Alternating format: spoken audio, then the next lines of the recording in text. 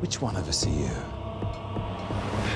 The penultimate episode of Marvel's Loki does a great job at keeping up the pace set by last week's final revelations. It displays impressive scale, ranging from stunning apocalyptic threats to tender character moments for both new and returning cast members. And while it may not move the overarching plot along to the same extent as episode 4, it's an enjoyable ride and one of Loki's strongest episodes yet.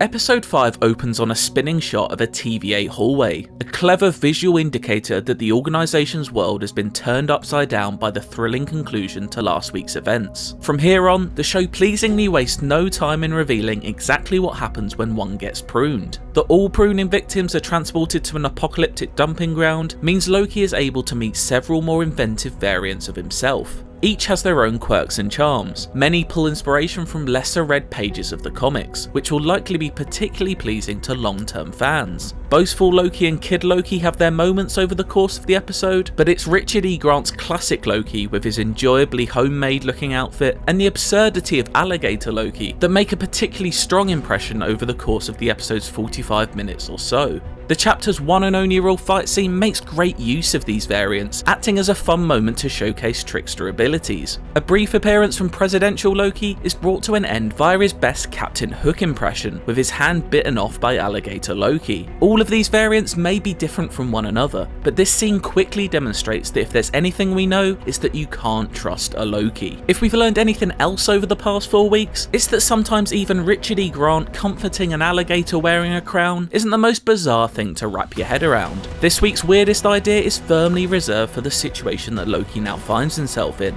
the Void. While some episodes of Loki have taken their time to move the plot along, thankfully the same can't be said here. We quickly learn that the Void is a place at the end of time where nothing ever returns. Here Alioth, a giant smoky Godzilla-like tempest, roams its skies, preying on all who have been pruned. Naturally, Loki considers the nothing ever returning part of this equation not to his liking, and so promptly launches a plan to kill Alioth. The manner in which the entity effortlessly destroys a battleship, though, is a fun method of indicating just how futile Loki's plans are. Okay. Maybe we, think a bit more about this, huh? A new course of action is needed then. Luckily for the group's chances of survival, it isn't solely down to Loki's way of thinking, as Sylvie has a plan of her own. Despite her importance here though, the episode is oddly content to keep her stuck in the TVA offices for the first half of the episode. This is entirely to endure dull exposition scenes with Renslayer, whose true motivations appear to flip-flop with every ticking of Miss Minute's clock. Renslayer is a mysterious character that we still don't really know a whole lot about, and it remains a shame that Marvel hasn't taken the time to develop her character. At this point it's unlikely she'll evolve, as it feels like we're full steam ahead on plot until the end now. That's not to say there isn't still time for things to slow down though, even amongst the chaos that reigns at the end of time. The standout scene in the episode is quite literally the calm before the storm, as Loki and Sylvie nervously chat away like two awkward teenagers discovering romantic feelings for the first time. Tom Hiddleston and Sophia DiMartino play the moment out beautifully, bringing a touching sense of humanity. In a landscape full of gods and monsters, it only serves to strengthen their bonds with each other, as well as with the audience. Because if we make it, and the TVA is gone, there might be a timeline for you to rule. And then I'd finally be happy.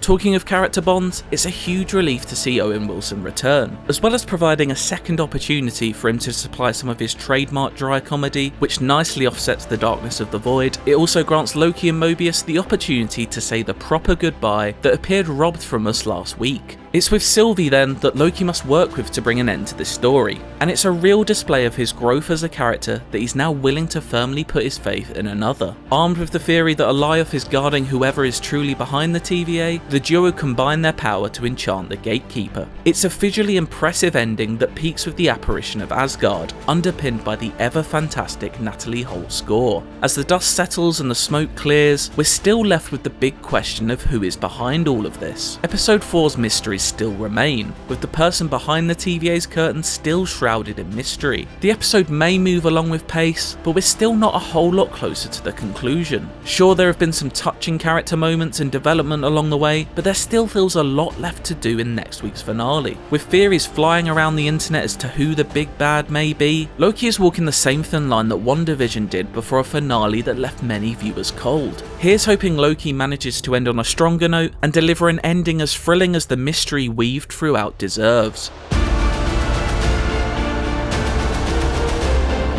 Episode 5 of Loki delivers a pacey race and fight against time that manages to balance visually impressive action with some standout quieter moments. While we don't learn as much as we'd like after the reveals of last week, it does a great job of setting up a finale that hopefully hasn't left itself with too many questions to answer before time is up.